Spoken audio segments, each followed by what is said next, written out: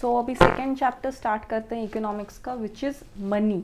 अभी मनी क्या होता है, मनी के फंक्शंस क्या है, how it is important in an economy, ये सब हमें इस चैप्टर में देखना है। ठीक है, let us start. Man is an intellectual animal. The invention of money is one of the most important and fundamental inventions out of various inventions. According to Crowther, there is a basic invention in each branch of knowledge. Example, fire in science, wheels in mechanical science. Concept of money is an important concept which has brought about a revolutionary change in the economic life of human beings. Various goods and services are bought and sold with the help of money to satisfy human wants. Modern economy is dependent on money. Money which is in circulation today was created to reduce the difficulties in barter system. Okay, अभी इसमें नए concepts हम क्या क्या देख रहे हैं, एक तो है barter system, satisfy human wants. अभी लास्ट लेक्चर में हमने ह्यूमन वांट्स कितने टाइप के होते हैं और यूटिलिटी क्या होता है, ये सब हमने देखा हुआ है लास्ट चैप्टर में, राइट। तो अभी यू नो कि ह्यूमन वांट्स जो हैं वो अनलिमिटेड रहते हैं, they are unlimited, right, and you have limited resources for it. Human wants आपके रहते हैं अनलिमिटेड, इसीलिए बहुत सारी चीज़ों की यूटिलिटी रहती है। अभी यूटिलिटी क्या होती है, मैंने आपको बताया था, it is the want satisfying power of a commodity. Commodity की पावर जिससे आपकी वांट सेटिस्फाई हो सकती है, राइट। तो अभी ह्यूमन वांट को सेटिस्फाई करने के लिए हमें क्या करना पड़ता है, वी हैव टू बाय और परचेज गुड्स, बराबर है। चलो स्टेप वाइज जाते हैं अभी इसमें।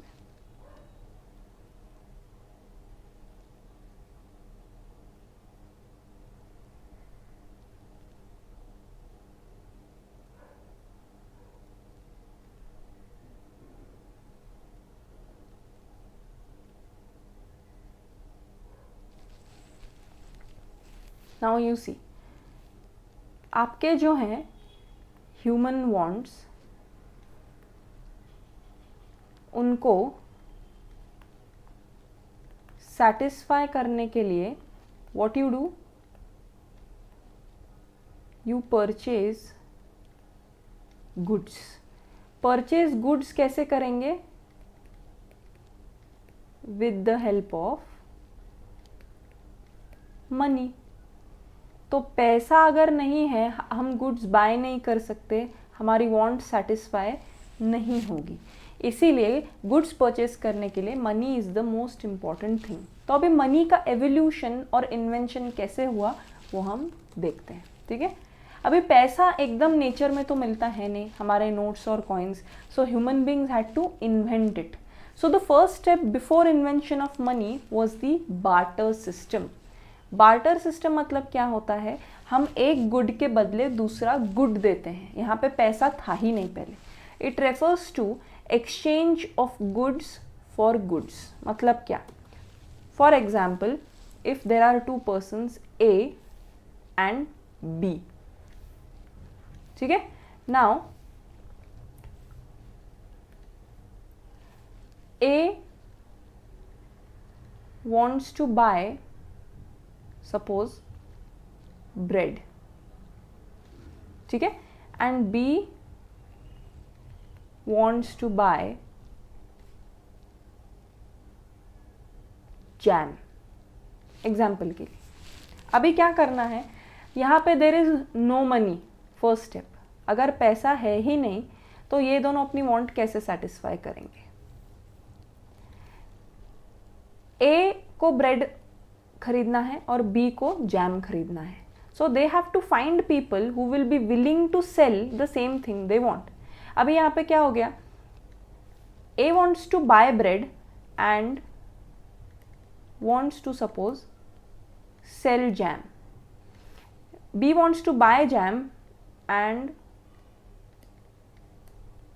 Wants to sell bread. तो अभी इसमें क्या होगा, दो एक्सचेंज होंगे गुड्स के, ठीक है। कैसे, ए जो है वो बी से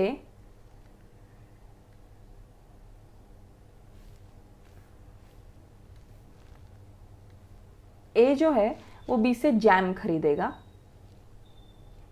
बी को जैम बेचेगा, सॉरी, एंड बी जो है वो ब्रेड खरीदेगा। अभी देखो he wants to buy bread, so B will sell bread to A, और बी को क्या खरीदना है, जैम, तो A will sell jam to B. इससे क्या हो जाएगा, A will get the bread and B will get the jam. मतलब क्या, what A wants to sell B wants to buy. मतलब इसमें क्या हो रहा है, दो गुड्स एक्सचेंज हो रहे हैं। लेकिन इसमें अभी प्रॉब्लम क्या होगा, अगर दो लोग दो गुड्स बेच रहे हैं तो इसको जो खरीदना है वो ही सामने वाले ने बेचना चाहिए, और सामने वाला जो बेच रहा है उसके बदले में वो एक और गुड लेगा। तो what A wants to buy the other person should provide, और उसके बदले में जो अदर पर्सन जो चाहता है वही ए ने भी प्रोवाइड करना चाहिए। अभी यहाँ पे मैंने इसीलिए यहाँ पे लिखा कि इसको ब्रेड बेचना था, ब्रेड चाहिए था और जैम बेचना था, इसको जैम चाहिए था और ब्रेड बेचना था। तो दोनों के जो है पजल की तरफ फिक्स हो गए, वांट दोनों के म्यूचुअली सेटिस्फाई हो गए, बिकॉज एक को जो चाहिए था वो दूसरे के पास था। बट हर बार ऐसा पॉसिबल ही होगा, ऐसा नहीं है। So the biggest problem in this is, if यहाँ पे he wants to buy bread but he wants to sell pickle suppose, तो बी को तो पिकल चाहिए नहीं, उसको जैम चाहिए, तो ये ट्रांजैक्शन ही पूरा नल हो जाएगा, ये ट्रांजैक्शन हो ही नहीं पाएगा, बिकॉज इसको जो खरीदना है और उसको जो चाहिए वो सेम नहीं है। समझ में आया? तो this is known as double coincidence of wants. This is the biggest problem in barter system. ठीक है, तो barter system is exchange of goods, no money. Difficulties in barter system क्या क्या है देखते हैं। सबसे पहले problem of double coincidence of wants, जो मैंने अभी एक्सप्लेन किया। Lack of double coincidence of wants was one of the major limitations of barter system. For instance, a person A has cloth and wants rice in exchange, and person B has rice but he does not want cloth in exchange. In this case, exchange between A and B would not take place as their wants do not coincide with each other. उन दोनों को जो wants हैं वो ही एक दूसरे से satisfy नहीं हो रहे। A को कपड़ा चाहिए, right, but he wants A को सॉरी कपड़ा बेचना है, suppose he wants rice in exchange, but B के पास राइस है बट उसको कपड़ा नहीं चाहिए। जैसे मैंने ब्रेड और जैम का भी बोला, I want to sell bread, right, but सामने वाले को अगर ब्रेड नहीं चाहिए, उसको कुछ और चाहिए in exchange of what I am buying from him, तो फिर हो ही नहीं पाएगा ना, बिकॉज दोनों को यहाँ पे सिंस मनी नहीं है, you will be exchanging goods for each other. तो एक गुड के बदले दूसरा गुड जो सामने वाले को चाहिए वो अगर आप नहीं प्रोवाइड कर पाए तो एक आपका बायर सेलर गया ना, तो एक ट्रांजैक्शन फेल हो गया। तो ऐसे वो लोगों को ढूंढना पड़ेगा कि जिनको वही चीज़ चाहिए जो आप बेच रहे हो, so you can also buy the same thing which they are selling. तो ऐसा होना कितना मुश्किल है। मेरे को अगर सपोज कपड़ा लेना है और सामने वाला गाय बेच रहा है, मेरे को तो चाहिए नहीं ना गाय, तो it won't be possible. So the main reason is problem of double coincidence of wants. ठीक है, next, lack of common measure of value. While exchanging goods for goods, there was no standard unit of account to determine the value of a commodity. Example, it was difficult to compare 2 liters of milk with 2 kilograms of rice. अभी ये common measure of value क्या है? आपको भी पता है, हम कोई भी चीज़ जब मेजर करते हैं, फॉर एग्जाम्पल लेंथ मेजर करते हैं तो कैसे सेंटीमीटर में करते हैं, मीटर में करते हैं, राइट, उसके बाद इंचेस में करते हैं, बराबर है। तो अभी ये क्या हो गया, कॉमन मेजर, एक कॉमन मेजरिंग का एक यूनिट जिससे हम बाकी सारे क्वांटिटीज़ को कंपेयर कर सकते हैं। अगर कंपेयर करना है तो यूनिट सेम होना चाहिए, बराबर है। लेकिन अगर आप अलग अलग टाइप के गुड बेच रहे हो तो हाउ विल यू नो कि जो मैंने दिया उसके वर्थ का वो चीज़ सामने वाला है या नहीं। फॉर एग्जाम्पल यहाँ पे सपोज अभी मिल्क बेच रहे हो आप और सामने वाला उसके बदले आपको राइस दे रहा है, तो obviously rice is more expensive than milk. But यहाँ पे सिंस मनी ही नहीं था तो यहाँ पे आप कंपेयर कैसे करोगे 2 लीटर दूध और 2 किलो चावल? एक तो पहले यूनिट ही अलग है, एक का लीटर है, एक का किलो है, ऊपर से एक कमोडिटी ज़्यादा महंगा होना चाहिए, वो क्वांटिटी में भी ज़्यादा आता है। तो यहाँ पे कॉमन मेजर ऑफ वैल्यू नहीं था, तो there was no room for comparison. आप कंपेयर ही नहीं कर पाओगे तो जो चीज़ हमने दी है, जैसे हम बोलते हैं पैसा वसूल, तो पैसा वसूल हुआ कि नहीं वो समझ में नहीं आएगा। So lack of common measure of value is the second problem. Third, difficulties in storage of goods. अभी चलो एक गुड के बदले आपने दूसरे गुड्स ही अगर लिए, पैसा कैसे हम इजीली कहीं भी स्टोर कर सकते हैं, बट इसमें वो गुड्स किधर स्टोर करेंगे। फॉर एग्जाम्पल अगर बहुत सारे अगर मुझे एक चीज़ खरीदनी है, उसके बदले बहुत सारी सब्जियां मिल गई, वो सब्जियां मुझे चाहिए या नहीं, मैं स्टोर किधर करूँ, खराब हो जाएंगी वो जल्दी, right. It is necessary to store goods for future consumption. Sometimes due to perishable nature of certain goods, it was difficult to store them for future. Perishable nature important है। अभी जैसे देखो यहाँ पे दूध भी खराब हो जाता है, राइस के बदले दूध मिल रहा है, पेरिशेबल है, इजीली खत्म हो जाएगा, so it is very difficult to store it. तो ऐसी ही कमोडिटी चीज़ जो स्टोर हो सकती है वापस, it's not possible every time कि आप स्टोर होने लायक चीज़ ही एक्सचेंज में मिला सको, right. Perishable commodities like milk, eggs, fish, vegetable, etc. were difficult to store. Difficulties were also experienced due to lack of space required to store heavy and bulky goods. तो space की कमी एक तो, और perishable goods थे, ये दोनों conditions की वजह से it was not possible to store all the goods for future consumption. उसको अभी के अभी खा डालना है, right? Next, indivisibility of certain goods. कुछ goods जो है वो divide नहीं हो सकते हैं। In barter system, it was inconvenient to divide animals, houses, etc. into small parts, so it was difficult to fix proportion of one commodity in exchange of another. ये important है, proportion. For example, I am giving 2 liters of milk, उसके बदले I get a cow. ये तो मतलब proportionate हुआ नहीं ना, proportion भी तो चाहिए कि हम इतना इतना quantity दे रहे हो, तो roughly same quantity का चीज़ मिलना चाहिए। क्वांटिटी या तो बहुत ज़्यादा है तो बहुत कम अगर हो गए, तो you can not fix proportion, मतलब वो कितने अमाउंट में मिलना चाहिए वो फिक्स नहीं कर पा रहे थे, right. Example, individual A has a sack of wheat and he wants a goat in exchange. Individual B has a goat and he wants only half a sack of wheat. In this situation, exchange between the two commodities is impossible due to indivisible nature of goat being it livestock. मतलब उसको एक बोरी भर उसको चावल या गेहूँ चाहिए था और उसके पास बकरी थी, सामने वाले को बकरी तो चाहिए थी, लेकिन उसको गेहूं आटा इतना नहीं चाहिए था, हाफ ऑफ सैक, हाफ जो बोरी है उतना ही चाहिए था, तो अभी उसके बदले पूरी बकरी क्यों दे दे वो। And it is life stock, it is not even meat की काट के आधा दे देगा, अक्की पूरी बकरी कैसे दे देगा उसको, नॉट पॉसिबल ना। तो इसीलिए डिविजिबिलिटी नहीं हो पा रही थी कुछ गुड्स की, इसीलिए भी बार्टर सिस्टम मार खा रहा था वहाँ पे, right. Next, problem of making deferred payments. Now, what is deferred payments? Deferred payments refer to future payments.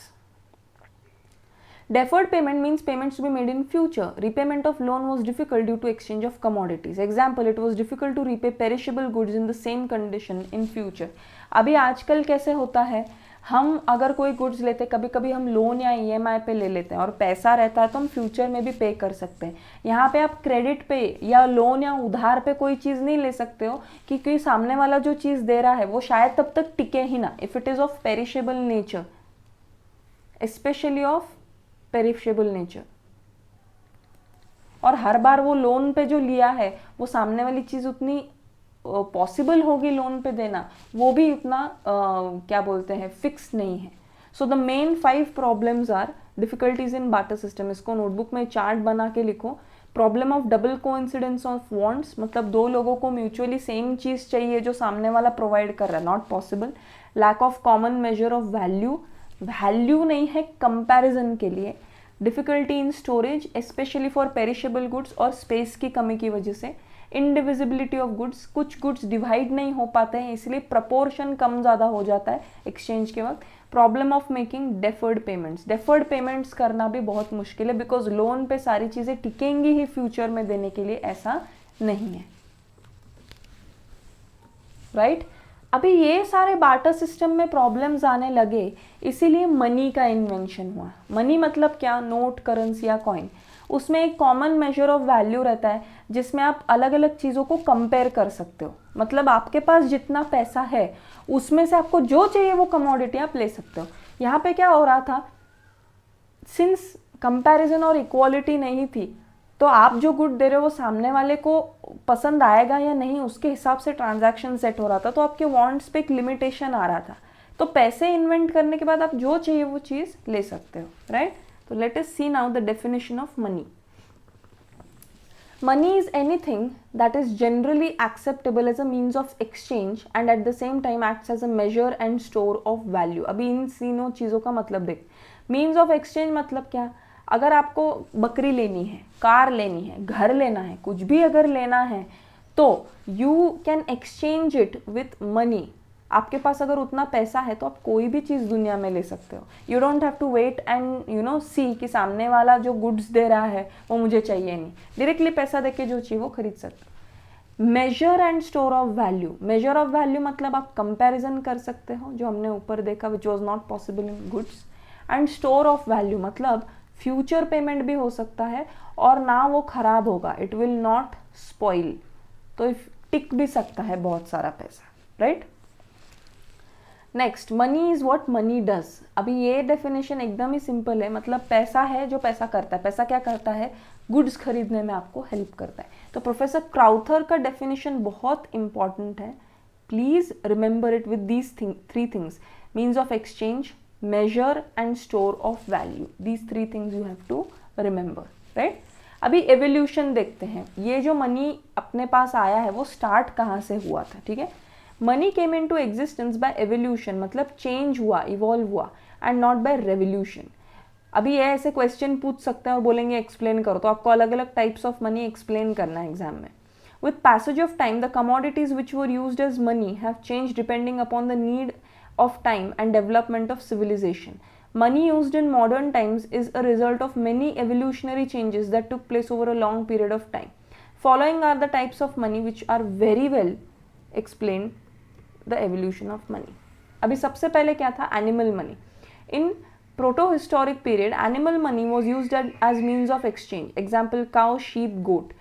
However, due to their indivisible nature, commodity money came into existence. So सबसे पहले animals exchange हुआ करते थे सबसे पहले, कि you will exchange animals, गाय दे दी, बैल दे दिया, बकरी दे दी. So पूरा animal लेते थे वापस. This was a type of barter, इसीलिए फिर हम commodity money पे आए.